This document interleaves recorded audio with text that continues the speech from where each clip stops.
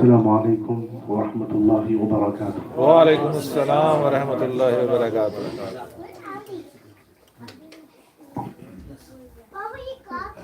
آج کی آخر کی تقریر کچھ سوالات کے جوابات کے حوالے سے ہے۔ انشاءاللہ وقت کو محدود رکھتے ہوئے انشاءاللہ آج ہند و پاک کے اندر سوال یہ ہے، آج ہند و پاک کے اندر اور دنیا کے بعض ملکوں کے اندر گمراہی ہوتے جا رہی ہے دن بدن۔ کیوں؟ پہلے ایسا نہیں ہوتا تھا، اہل بیت کا ذکر اب ہو رہا ہے تو شیعت پھیل رہی ہے، گمراہی ہوتی جا رہی ہے، لوگ دن بدن گمراہ ہو رہے ہیں۔ اور یہاں کچھ دیوانے ہیں جو اپنے من میں آیا کوئی علی علی کر رہا ہے، کوئی حسن حسن کر رہا ہے، کوئی حسین حسین کر رہا ہے، کوئی فاطمہ کر رہے ہیں، ورنہ اس کی کوئی اصل نہیں ہے۔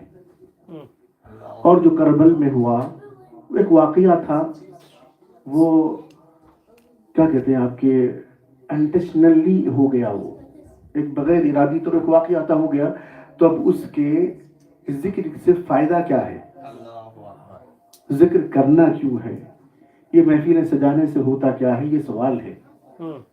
کوشش انشاءاللہ مختصر سے کروں گا۔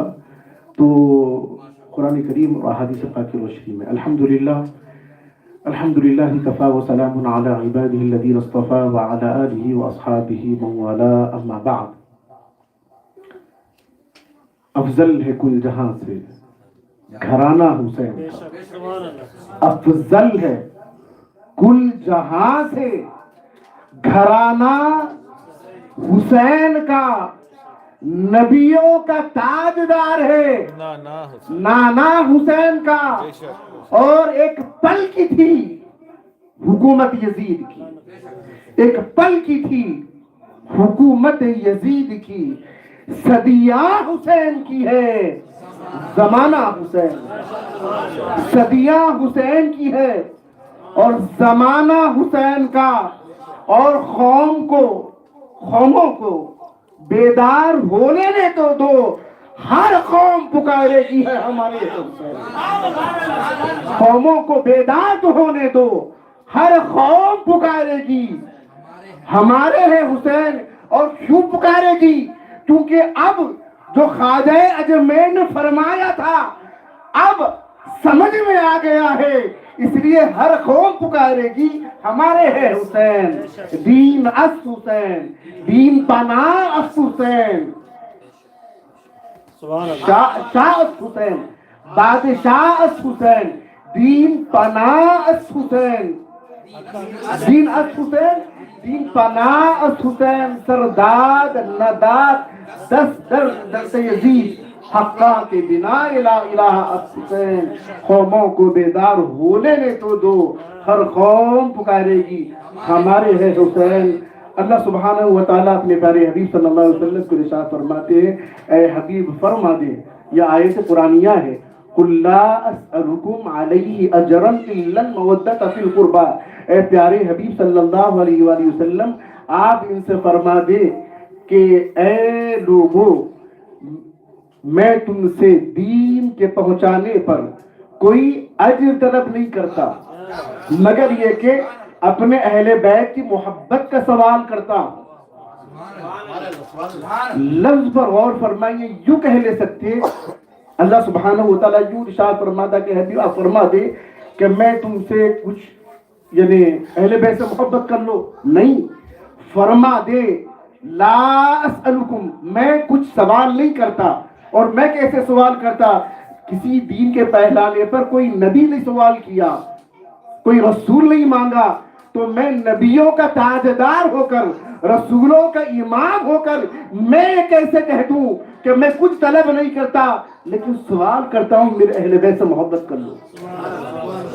کیونکہ اللہ جانتا تھا، آقا صلی اللہ علیہ وسلم جانتے تھے کہ کچھ ایسے کلمہ گو ہوں گے جو کلمہ پڑھیں گے محمد رسول اللہ کا، لیکن ان کے اہل بیت کی محبت کو کوئی اہمیت نہ دیں گے، کوئی ان کی اہمیت کو کوئی جنا کیا کہتے ہیں کہ کوئی اہمیت اور اس کی کوئی افادیت نہیں ہے سمجھیں گے تو اللہ سبحانہ و تعالی اپنے پیارے حبیب کی زبان سے فرما رہا ہے کہ لوگوں میں کچھ طلب نہیں کرتا، ہاں میرے خرابت داروں سے محبت کا سوال کرتا ہوں۔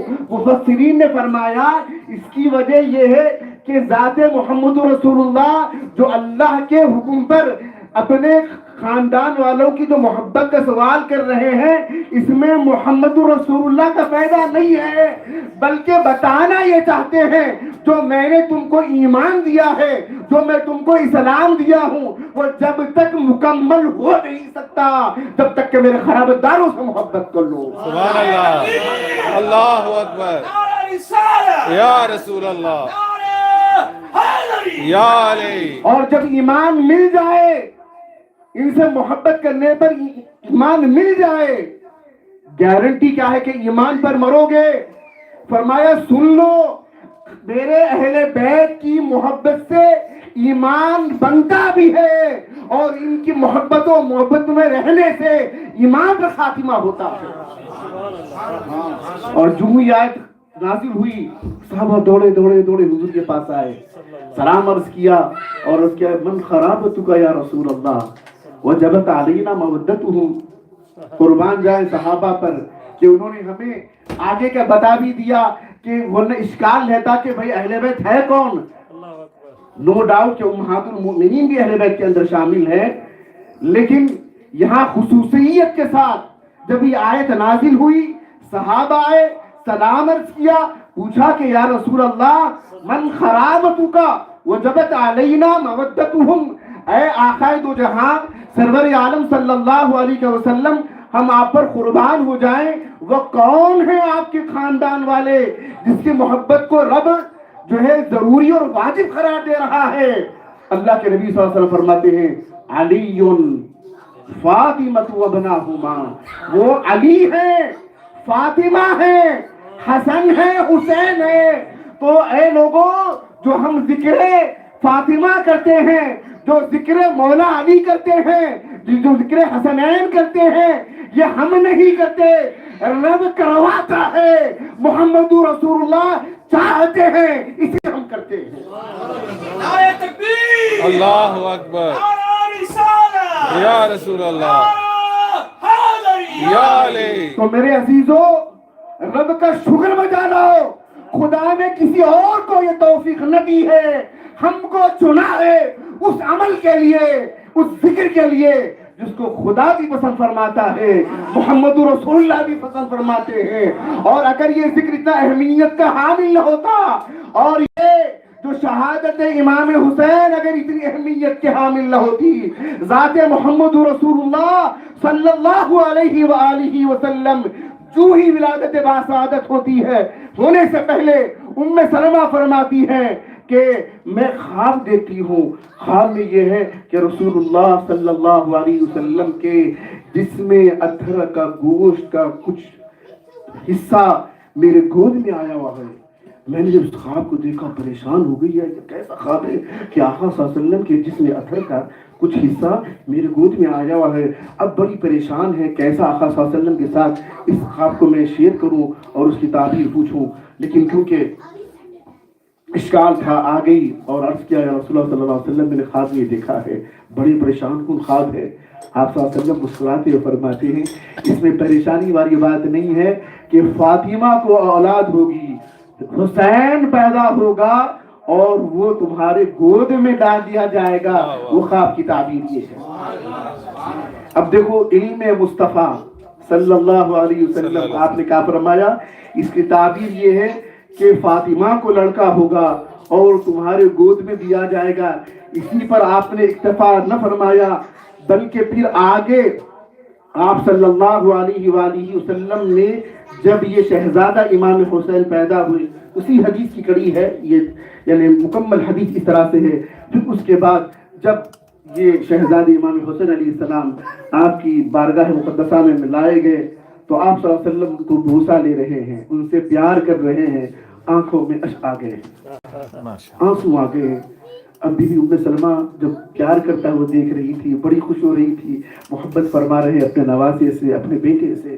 اس کے بعد ایک آقا صلی اللہ علیہ وسلم کے چشمہان پاک سے آنسو بہہ پڑتے ہیں. آپ پوچھتے ہیں یا رسول اللہ وہ رونے کی کیا وجہ ہے؟ آپ فرماتے ہیں ابھی جبرائیل تھے اور مجھے بتا کر گئے کہ اے محمد رسول اللہ صلی اللہ علیہ وسلم، اے اللہ کے حبیب، جو حسین سے آپ پیار کر رہے ہیں، ایک زمانہ آئے گا آپ کی اس دنیا سے پردہ فرمانے کے بعد آپ کی امت اس حسین کو قتل کر دی. اللہ اکبر. اللہ. اب مجھے بتائیں کہ آقا صلی اللہ علیہ وسلم نے جب یہ سنا، ابھی شہادت ہوئی نہیں ہے، ابھی وقت ولادت ہوئی، فوراً سے اس کے بعد آقا صلی اللہ علیہ وسلم کے بارگاہ مقدسہ میں لائے گئے اور آپ صلی اللہ علیہ وسلم نے ان کو بوسہ لیا، پیار کر رہے تھے. خبر سنی، آنکھوں سے اشک روا ہو گئے. اس کے بعد صرف یہی نہیں ہوا، 12 ہم یہ سنتے ہیں. اس کے بعد مختلف احادیث میں آتا ہے کہ ایک روایت کے مطابق جبرائیل علیہ السلام آئے تھے اور انہوں نے یہ خبر دی اور اس کے بعد اس مٹھی کو دیا جہاں پر امام علی مقام علیہ السلام شہادت پانے والے تھے. اب جب یہ واقعے کو اور جب اس منظر کو ام سلمہ نے دیکھا، بہت ساری امہات المؤمنین بھی تھی، لیکن آقا صلی اللہ علیہ وسلم نے ام سلمہ کو یہ مٹھی دی اور فرمایا کہ اذا تحولت، اے ام سلمہ جب یہ مٹھی رنگ میں یعنی خون آلود ہو جائے، لال ہو جائے، سمجھ لینا کہ میرا حسین کربل میں شہید ہو گیا. اور پھر آگے ہوا بھی یہ، اس وقت تک کوئی ام المؤمنین جو ہے باحیات نہ تھی سوائے ام سلمہ کے. تو دیکھو نگاہ مصطفیٰ کو، دیکھو علم مصطفیٰ کو کہ آقا صلی اللہ علیہ وسلم ام سلمہ کو دے رہے ہیں اور یہ فرما رہے ہیں کہ ام سلمہ جب یہ مٹھی لال ہو جائے یعنی خون آلود ہو جائے، سمجھ لینا کہ حسین شہید ہو گیا. عزیزان گرامی قدر، یہاں ایک روایت ہوئی اور مختلف روایات اس طرح سے ہیں کہ آقا صلی اللہ علیہ وآلہ وسلم نے ام سلمہ کو اور دیگر امہات المؤمنین کو فرمایا کہ آج ایک خاص فرشتہ جو آج تک زمین پر نہیں اترا ہے، آج تک وہ مجھ سے نہیں ملا ہے، آج اسپیشل ملاقات وہ مجھ سے کرنے والا ہے اور ایک خاص میٹنگ مجھ سے ہونے والی ہے. تو تم دروازہ لگا دینا، کسی کو آنے نہ دینا. اب خاص فرشتہ آ رہا ہے، اب تک نہ آیا ہے اور خاص گفتگو ہونے والی ہے. دروازہ لگا دیا گیا. حضرت امام علی مقام تشریف لائے ہیں، چھوٹے سے بچے ہیں، دستک بار بار دروازے کو مارتے ہیں. آقا صلی اللہ علیہ وسلم دروازہ کھول کر ان کو اپنے گود میں لے لیتے ہیں. عزیزان گرامی قدر، اس کے بعد جبرائیل امین یا وہ دوسرا فرشتہ جو ابھی تک نہ آیا تھا، فرسٹ ٹائم آیا ہے، وہ کہتا ہے کیا آپ حسین سے محبت کرتے ہیں؟ اب یہ جو پوچھنا تھا اس لیے نہ تھا کہ بھئی ہر کوئی نانا اپنے نواسے سے محبت کرتا ہے، ہر باپ اپنے بیٹے سے محبت کرتا ہے. یہاں بتانا یہ تھا کہ دیکھیے میرے آقا و مولا جس حسین سے آپ محبت کرتے ہیں اور آپ ہی کا کلمہ پڑھنے والی آپ کی امت اس حسین کو قتل کر دے. تو عزیزان گرامی قدر، کہنے کا مقصد یہ ہے کہ یہ کوئی ایسا واقعہ نہیں ہے جو اچانک سے ہو گیا. سب جیتے ہیں جینے کے لیے، اور یہ گھرانہ جیتا ہے تو شہادت کے لیے، یہ گھرانہ جیتا ہے تو دین کی بقا کے لیے، یہ گھرانہ جیتا ہے تو امت محمدیہ صلی اللہ علیہ وسلم کے جو ہے ان کے نصر و نصرت کے لیے. عزیزان گرامی قدر، واقعات تو آپ سنتے آتے ہیں، صرف 2 واقعات آپ کی خدمت میں عرض کروں. جو ہم روتے ہیں، یہ رونا کیا ہے؟ یہ رونا یہ دل کی نرمی کی اور وفاداروں کی پہچان ہے. اس کے لیے قرآن کی، حدیث کی دلیل کی ضرورت نہیں ہے. کوئی ہم کسی راستے سے گزرتا ہوا کسی ایکسیڈنٹ کو ہم دیکھ لیتے ہیں تو کوئی بندہ پوچھتا ہے کہ میں اگر اجازت ہوں تو بڑا خطرناک ہوا ہے تو بہت دل تکلیف دہ ہے کہ ایک دو آنسو بہا دو. لوگ بولے یہ پاگل آدمی ہے یار, یہ پوچھنے والی بات ہوتی ہے. حادثہ اتنا خطرناک ہے تو خود بخود انسان کو جو ہے احساس پیدا ہو جاتا ہے, اور ایسی جو ہے دل خراش منظر کو دیکھنے کے بعد ہر نرم دل آنکھوں سے آنسو نکل جاتے ہیں. لیکن عزیزان گرامی قدر, افسوس ہے اس امت کے ان غداروں پر, افسوس ہے اس امت محمدیہ کے ان نمک حراموں پر, افسوس ہے ان کے جینے پر, افسوس ہے ان کے اس دنیا میں رہنے پر کہ جو کھائے صدقہ خاندان محمد کا اور ان کے ذکر کو ضروری نہ سمجھے. اللہ مدرسے بنانے والوں, فادرز ڈے بنانے والوں اور کھیلا ڈے منانے والوں, تم کو تو چاہیے تھا کہ تم محمد رسول اللہ ڈے مناتے, تم اہل بیت کا ڈے مناتے.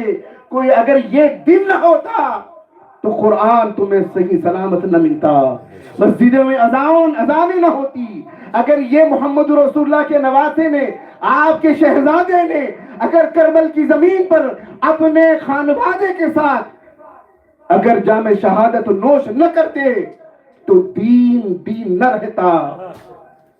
وہ یزید جو حلال کو حرام کر رہا تھا, حرام کو حلال کر رہا تھا, ارے سکی بہنوں کے ساتھ نکاح کرنے کو جو جائز قرار کر رہا تھا, جو شراب خور تھا, جو زانی تھا, جو بددین تھا. حدیث پاک میں آتا ہے کہ ایک مومن جب کسی برائی کو دیکھتا ہے تو وہ پہلے اپنے ہاتھ سے روکتا ہے. اگر اتنا دم اور طاقت نہ ہو تو فرمایا وہ اپنی زبان سے روکتا ہے. اور اگر وہ منکر کو, برائی کو دیکھنے کے بعد اگر کم از کم وہ ہاتھ سے نہ روکے اور اگر زبان سے بھی نہ روکے, کم از کم اس کو دل میں برا جانے. اور فرمایا ہذا کہ اضعف الایمان, یہ ایمان کی سب سے ادنا یہ نشانی ہے کہ کم از کم برائی کو, غلط کو دیکھتے ہوئے بندہ کہ غلط ہو رہا ہے. جب یہ آپ کے ہمارے لیے ہے نبیوں اور رسولوں کا نواسا, جس کے آقا صلی اللہ علیہ وسلم نے نواسا بعد میں کہا, پہلے کہ ہادانی ابنایا, وہ ابنایا بنتی, فرمائے یہ میرے بیٹے ہیں. کوئی بھی پہلے کیا کہیں, آپ کہیں گے آپ کے ہمارے نگر نواسے ہو یا آپ کے ہمارے پوترے ہو تو کہیں گے پوترا ہے, یہ میرا بیٹے کا بیٹا ہے. کبھی آپ نے سنا کہ میرا بیٹا ہے؟ کوئی نہیں کہتا. کیوں کہ آقا صلی اللہ علیہ وسلم نے فرمایا تھا کہ ہر ایک کی ذریت اس کے بیٹے سے چلتی ہے اور میری ذریت فاطمہ سے چلے گی. اور حسین منی وانا من الحسین جو ہے اس کے کئی معنی ہیں. ایک ظاہری معنی تو آپ نے جو خواب دیکھا تھا اس میں آپ نے دیکھا ہے کہ جس میں اتھر جو ہے آپ بی بی ام سلمہ کے گود میں آپ کے جو جس میں اتھر کا جو گوشت کا حصہ آیا تھا وہ کیا تھا, وہ حسین تھے. یہ ظاہری ہے. اور اس کے ساتھ ساتھ حسین منی جو ہے یعنی میں شجر ہوں نور کا اور حسین اس کی فرا ہے. میں اصل ہوں, حسین اس کی فرا ہے. میں ایمان کی اصل ہوں اور اس کی بقا حسین ہے. وہ حسین جس کو آقا نے کان میں اذان دی ہو, وہ حسین جس کو آقا صلی اللہ علیہ وسلم نے کھجور چسایا ہو, وہ حسین جس کا نام آقا صلی اللہ علیہ وسلم نے رکھا ہو, وہ حسین جو نانا کا ہاتھ پکڑ کر چلا ہو, وہ حسین جو آقا صلی اللہ علیہ وسلم کے پشت پر سوار ہو, وہ حسین جس کو آقا صلی اللہ علیہ وآلہ وسلم نے اپنے پشت پہ بٹھا کر مدینے کی گلیوں میں گھما ہو اور دیکھ کر فاروق اعظم نے کہا ہو کہ یا رسول اللہ قربان جاؤں کہ کیا ہی بہتر جو ہے حسین تم قربان جاؤں تم پر کیا ہی بہترین سواری ملی ہے.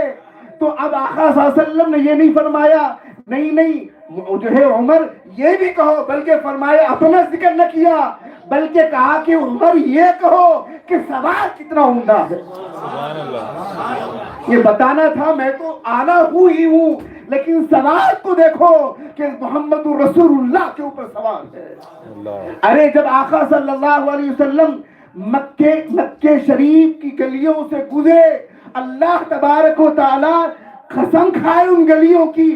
اب وہ حسین جس کو آقا نے اپنے پشت پہ بٹھایا ہو، وہ حسین جس کو آقا نے اپنے لب لگائے ہوں، وہ حسین جو آقا صلی اللہ علیہ وسلم کی زبان مبارک کو چوسا ہو، وہ حسین جس کے لیے آقا نے اپنے منبر کو چھوڑا ہو، وہ حسین جس کے لیے آقا نے اپنے سجدے کو طویل کیا ہے. اور دنیا جانتی ہے جب آقا نے فرمایا کہ نماز میں اپنی آنکھوں کو ادھر ادھر نہ کرنا، قریب ہے کہ اللہ تمہاری آنکھوں کی بینائی کو چھین لے گا.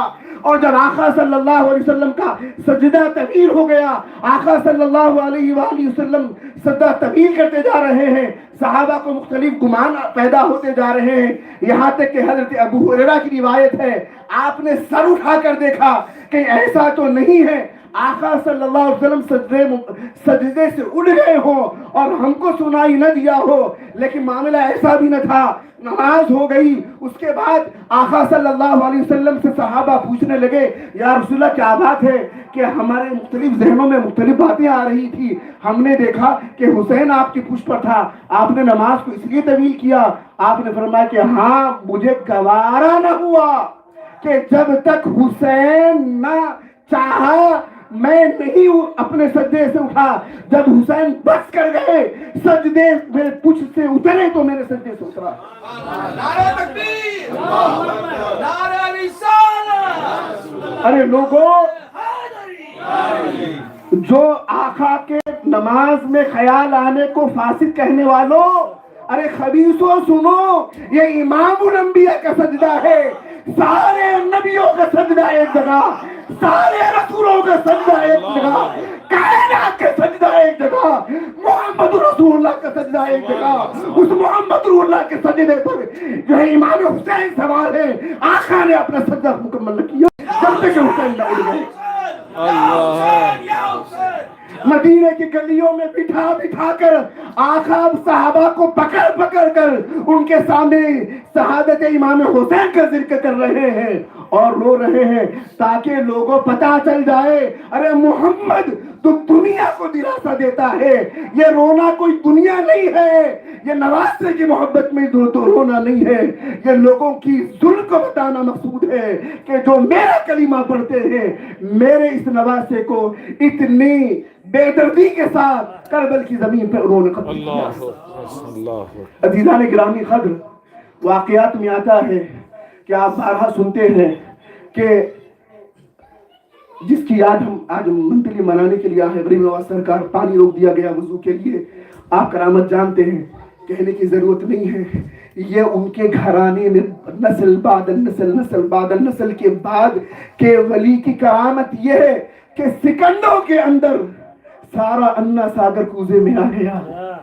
یہ تھا اختیار، وہاں اختیار رکھتے ہوئے بھی امتحان میں تھے اور یہ چاہتے تھے کہ میرے خدا کیونکہ اس کے اندر تو تیری رضا ہے تو حسین خود کو بھی کٹوانے کے لیے تیار ہے، علی اکبر کو بھی کٹوانے کے لیے تیار ہے، علی اصغر کو بھی کٹوانے کے لیے تیار ہے.